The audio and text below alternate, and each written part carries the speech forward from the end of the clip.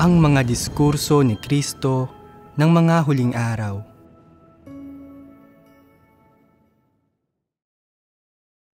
Mga salita sa pagganap ng tungkulin. Sipi. Anong nangyayari kapag ang ilang tao ay masyadong nagkukulang sa propesyonal na kaalaman para gampanan ang kanilang mga tungkulin at napakahirap para sa kanila na matuto ng anuman? Ito ay dahil mababa ang kanilang kakayahan. Hindi abot kamay ang katotohanan para sa mga taong masyadong mababa ang kakayahan at hindi sila madaling natututo. Karamihan sa kanila ay may nakamamatay na mga pagkukulang. Hindi lang sila walang konsensya o katwiran, wala ring puwang sa puso nila ang Diyos. Walang buhay at malamlam ang kanilang mga mata at tulala sila, tulad ng mga hayop. Ang alam lang nila ay kumain, uminom, at magsaya, at hindi sila nag-aaral o nagtataglay ng anumang mga kasanayan. Mababaw lang nilang pinag-aaralan ang mga bagay-bagay at iniisip nilang nakauunawa sila, gayong maliit na bahagi lang ang kanilang nauunawaan. Kapag sinusubukan ng iba na magpaliwanag pa, tumatanggi silang makinig sa paniniwalang hindi ito kinakailangan.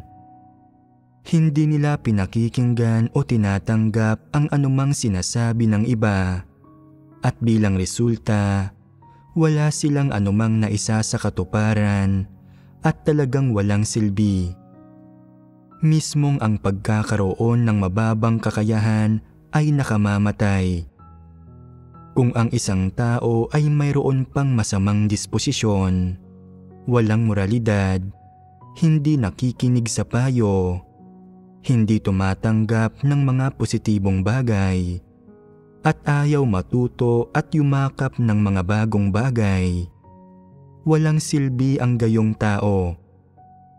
Iyong mga tumutupad ng kanilang mga tungkulin ay dapat na nagtataglay ng konsensya at katwiran, nalalaman ang sarili nilang kakayanan at sarili nilang mga pagkukulang, at nauunawaan kung ano ang wala sa kanila at kailangan nilang paghusayin.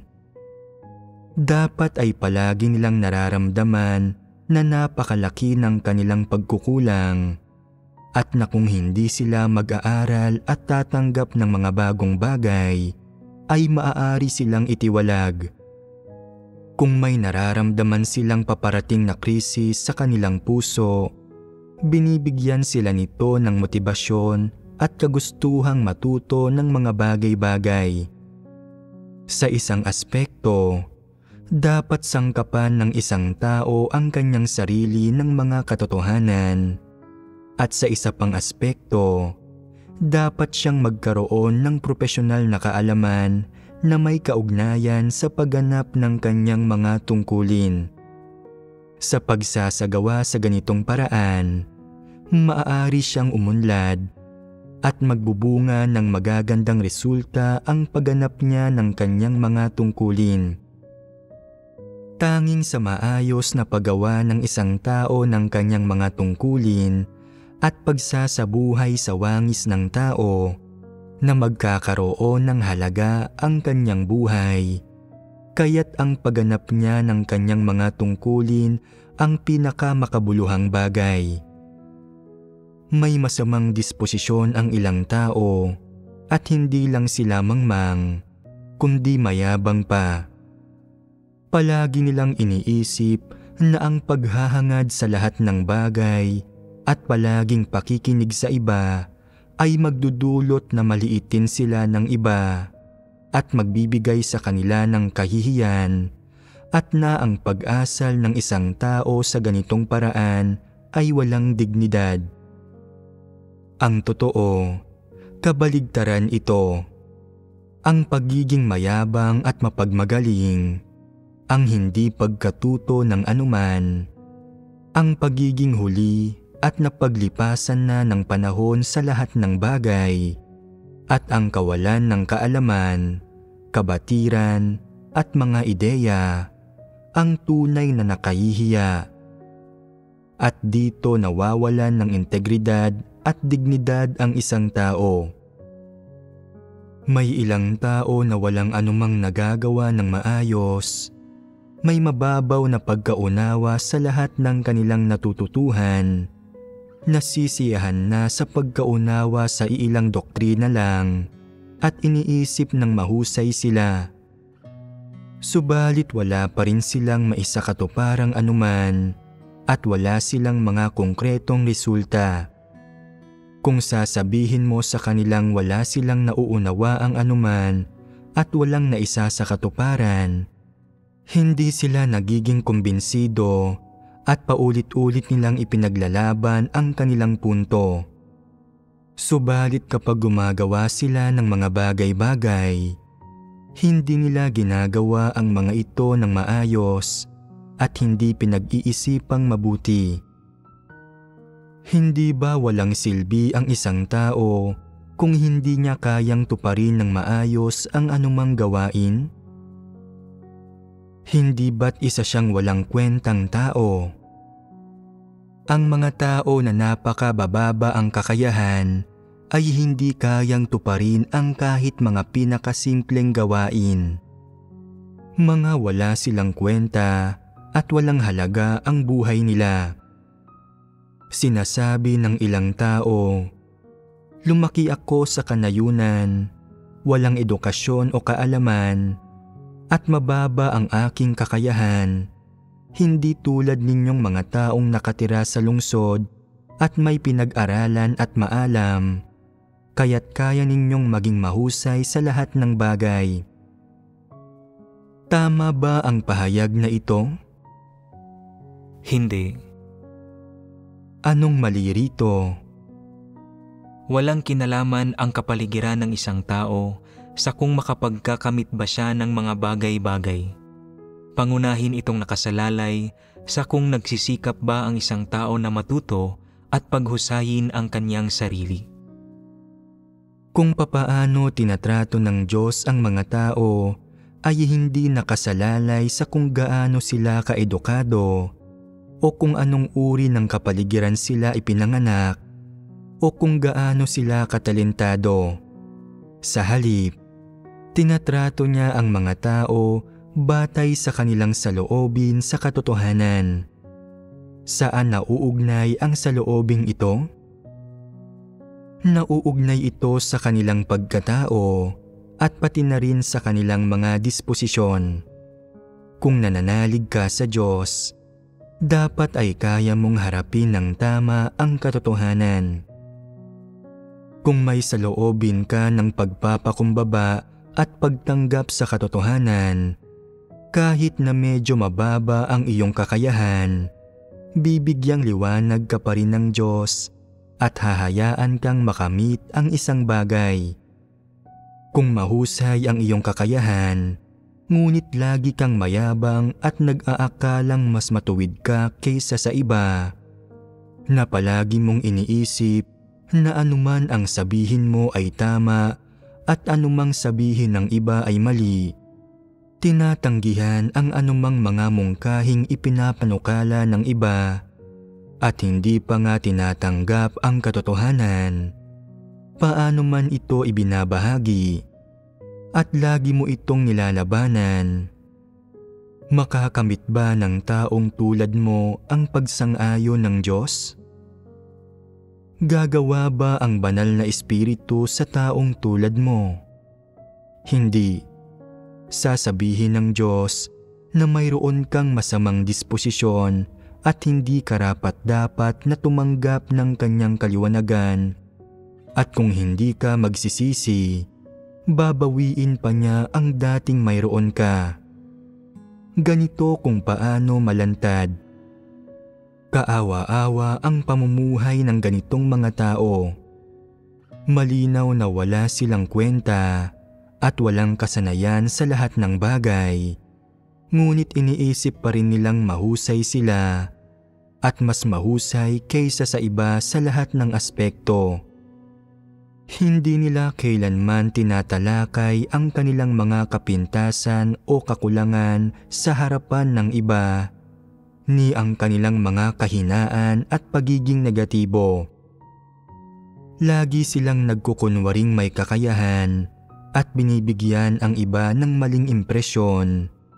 Ipinapaisip sa iba na may kasanayan sila sa lahat ng bagay.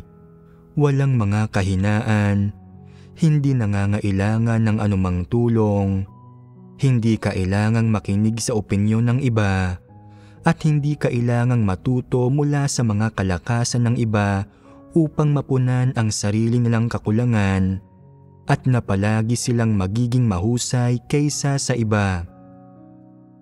Anong uri ng disposisyon ito? Anong kayabangan? Ang mga taong tulad nito ay namumuhay ng kalunos-lunos. May kakayahan ba talaga sila? Kaya ba talaga nilang magsakatuparan ng mga bagay-bagay? Marami silang naging pagkakamali noong nakaraan, subalit iniisip pa rin ng mga taong tulad nito na kaya nilang gawin ang anumang bagay. Hindi ba't masyado iyong wala sa katwiran? Kapag ganyan katindi ang kawalang katwiran ng mga tao, sila ay mga taong magugulo ang pag-iisip.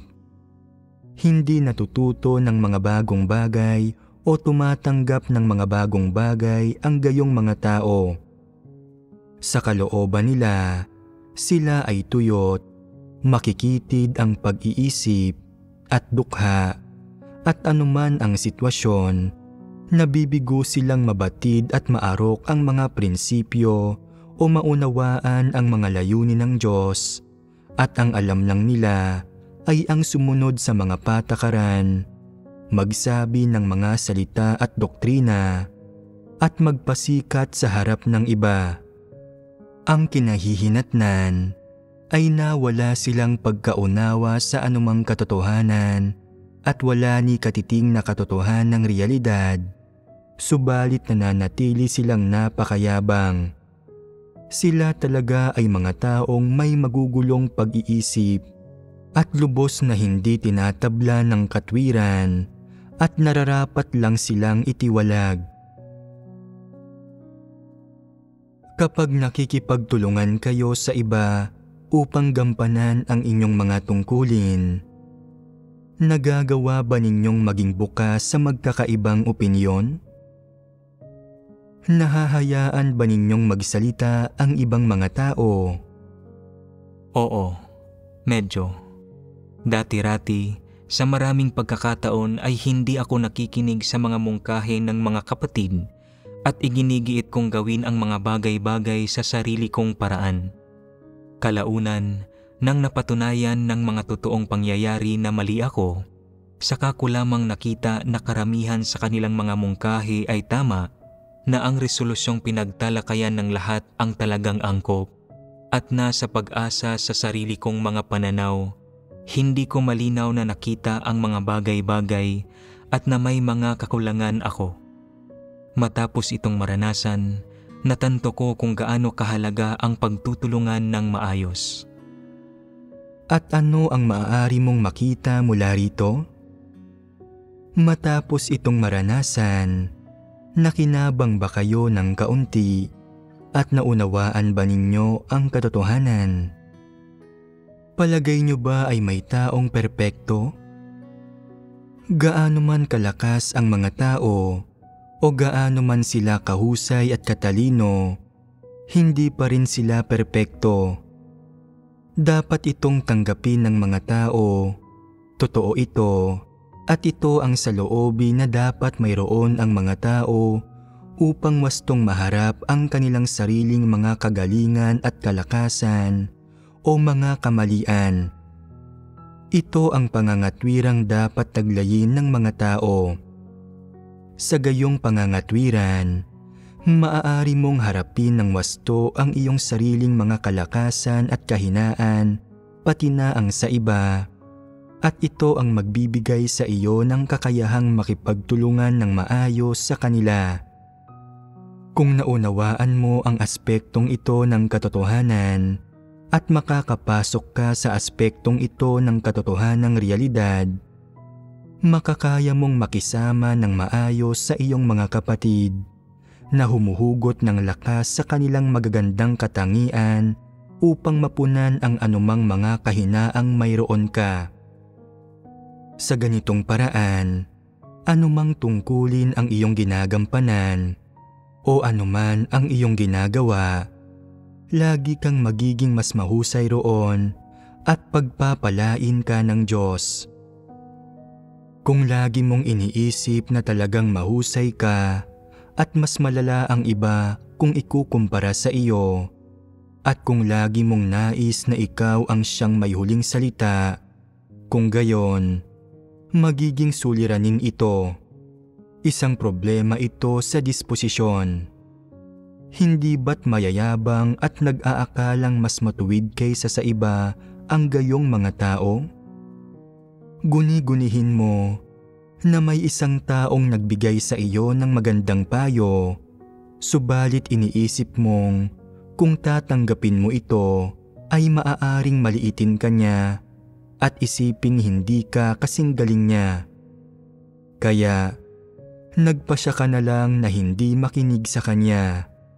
Sa halip, sinubukan mong sapawan siya gamit ang matatayog at magagarbong salita para mapataas ang tingin niya sa iyo.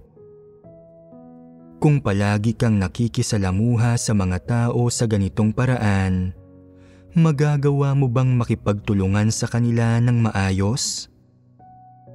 Hindi ka lang mabibigong makamit ang pagkakasundo, magkakaroon pa ng mga negatibong kahihinatnan.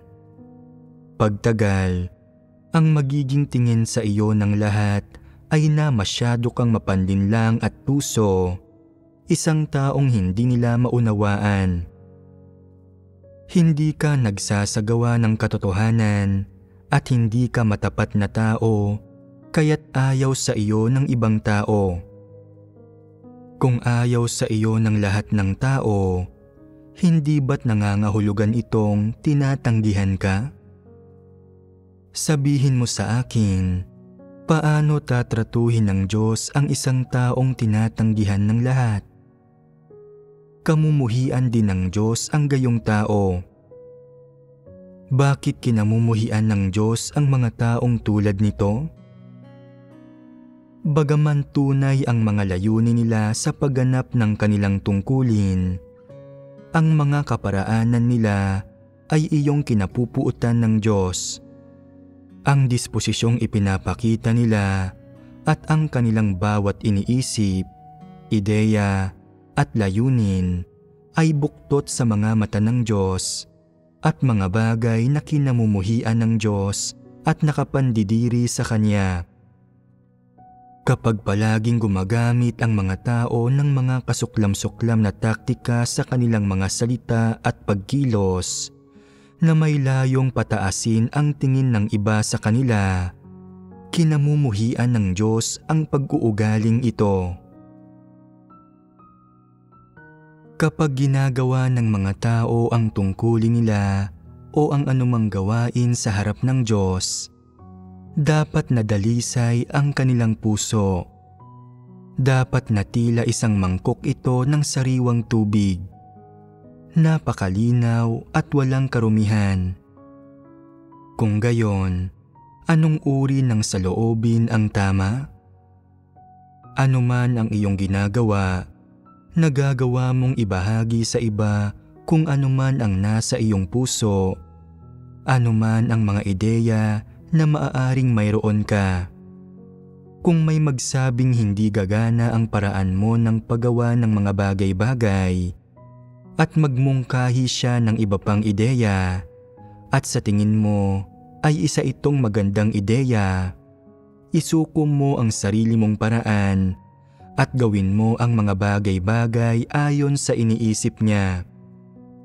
Sa paggawa nito, makikita ng lahat na kaya mong tumanggap ng mga mungkahi ng iba, pumili ng tamang landas, kumilos ng naaayon sa mga prinsipyo, at nang hayagan at malinaw.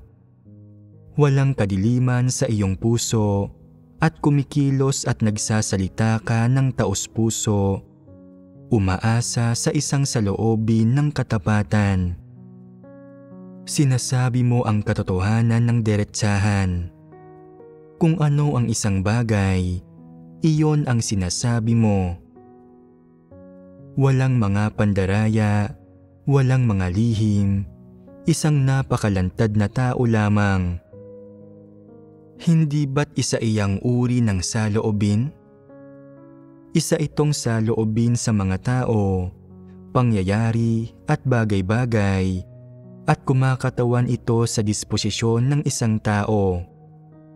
Sa kabilang banda, maaaring may isang taong hindi kailanman nagiging bukas at nagpaparating sa iba ng kung ano ang kanyang iniisip. At sa lahat ng kanyang ginagawa, hindi siya kailanman sumasangguni sa iba. Sa halip ay pinananatili niyang sarado ang kanyang puso sa iba, na tila parati siyang nakabantay laban sa iba sa bawat pagkakataon.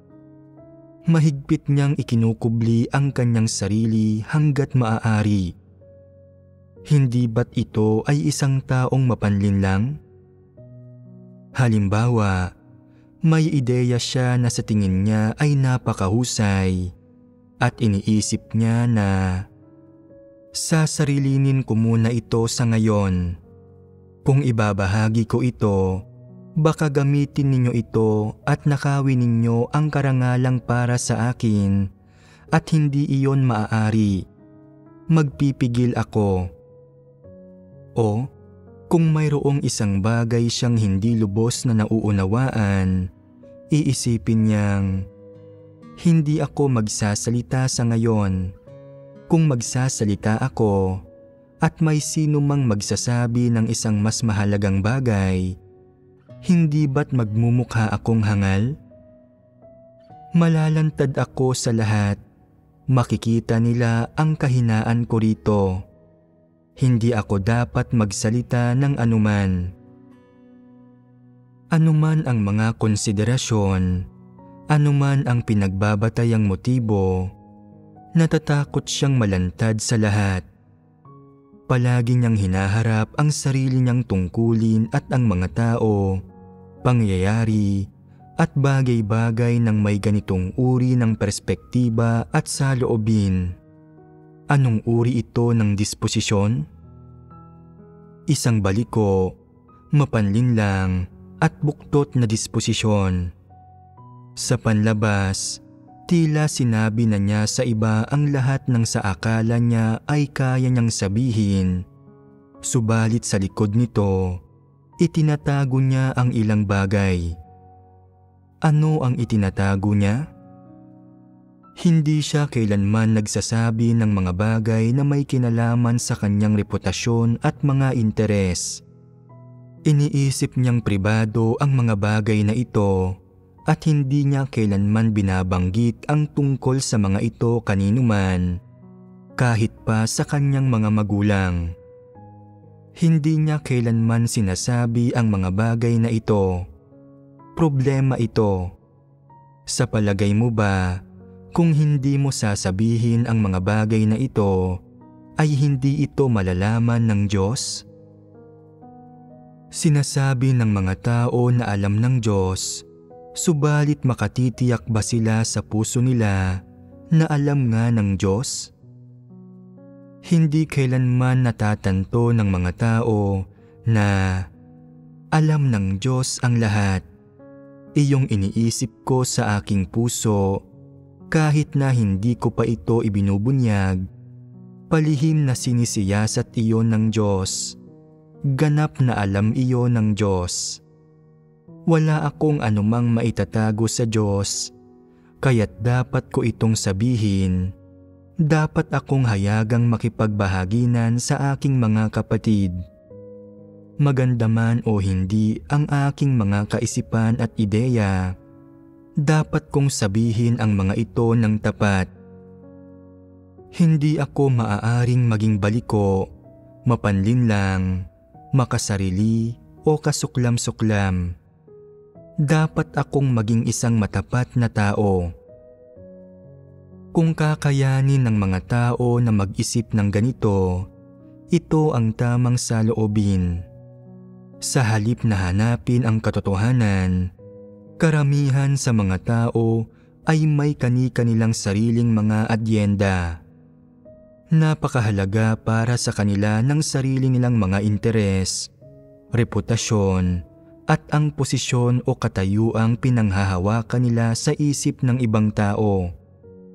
Ang mga bagay na ito lamang ang pinakaiingat-ingatan nila. Napakahigpit ng pagkapit nila sa mga bagay na ito at itinuturing ang mga ito bilang kanilang sariling buhay. At hindi gaanong mahalaga sa kanila kung paano sila ituring o itrato ng Diyos. Sa ngayon, binabaliwala nila iyon. Sa ngayon, isinasaalang-alang lamang nila kung sila ang namumuno sa grupo, kung mataas ba ang tingin sa kanila ng ibang tao, at kung matimbang ba ang kanilang mga salita. Ang una nilang inaalala ay ang pag-okupa sa posisyong iyon. Kapag sila ay nasa isang grupo, ang ganitong uri ng katayuan at ganitong mga uri ng oportunidad ang hanap ng halos lahat ng tao. Kapag masyado silang talentado, syempre gusto nilang maging pinakamataas sa grupo. Kung medyo may abilidad naman sila, gugustuhin pa rin nilang humawak ng mas mataas na posisyon sa grupo.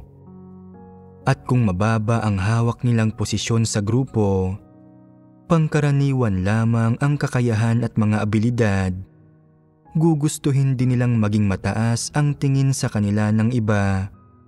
Hindi nila gugustuhin maging mababa ang tingin sa kanila ng iba. Sa reputasyon at dignidad nagtatakda ng limitasyon ang mga taong ito. Kailangan nilang panghawakan ang mga bagay na ito. Maaaring wala silang integridad at hindi nila taglay ang pagsang-ayon ni pagtanggap ng Diyos. Pero hinding-hindi maaaring mawala sa kanila ang respeto, katayuan o paggalang na hinahangad nila mula sa iba na siyang disposisyon ni Satanas. Pero walang kamalayan ang mga tao tungkol dito. Ang paniniwala nila ay dapat silang kumapit sa kapirasong reputasyong ito hanggang sa pinakahuli. Wala silang kamalay-malay na kapag ganap na tinalikdan at isinantabi ang mga walang kabuluhan at mabababaw na bagay na ito, saka lamang sila magiging totoong tao.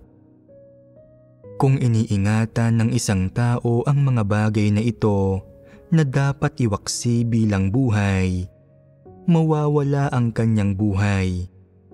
Hindi nila alam kung ano ang nakataya. Kaya, kapag kumikilos sila, lagi silang may reserbasyon. Lagi nilang sinusubukang protektahan ang sarili nilang reputasyon at katayuan. Inuuna nila ang mga ito. Nagsasalita lamang para sa kanilang sariling kapakinabangan upang huwad na ipagtanggol ang kanilang sarili. Lahat ng ginagawa nila ay para sa kanilang sarili. Sumusugod sila agad sa anumang bagay na nagniningning. Ipinapaalam sa lahat na naging kabahagi sila nito. Ang totoo, wala naman itong kinalaman sa kanila, subalit ayaw na ayaw nilang mapag-iwanan. Lagi silang natatakot na hamakin ng ibang tao. Lagi silang nangangamba na sabihin ng ibang tao na wala silang kwenta, na wala silang anumang kayang gawin, na wala silang kasanayan. Hindi ba't ang lahat ng ito ay kontrolado ng kanilang mga satanikong disposisyon? Kapag nagagawa mong bitiwan ang mga bagay na gaya ng reputasyon at katayuan, higit na mas magiging panatag at malaya ka. Matatahak mo ang landas ng pagiging tapat. Ngunit para sa marami, hindi ito madaling makamit. Kapag lumitaw ang kamera, halimbawa, hindi magkamayaw sa pagpunta sa harapan ang mga tao. Gusto nilang nakikita ang kanilang mukha sa kamera. Mas matagal na makuhanan, mas mabuti. Takot silang hindi makuha ng mabuti at magsasakripisyo ng husto para sa pagkakataong makuha ito. At hindi ba ito kontrolado lahat ng kanilang mga satanikong disposisyon? Ito ang mga sataniko nilang disposisyon. Nakuhanan ka na. Ano na ngayon? Mataas na ang tingin sa iyo ng mga tao. Ano naman ngayon? Iniidolo ka nila. Ano naman ngayon? Pinatutunayan ba ng anuman dito na mayroon kang katotohanang realidad? Walang anumang halaga ang mga ito. Kapag kaya mong mapagtagumpayan ang mga bagay na ito, kapag wala ka ng pakialam sa mga ito, at hindi mo na nararamdamang mahalaga ang mga ito, kapag hindi na nakokontrol ng reputasyon, banidad, katayuan, at paghanga ng mga tao ang iyong mga saloobin at pag-uugali, lalong-lalo na kung paano mo gampanan ang iyong tungkulin. Kung gayon, lalong magiging epektibo at mas dalisay ang pagganap mo sa iyong tungkulin.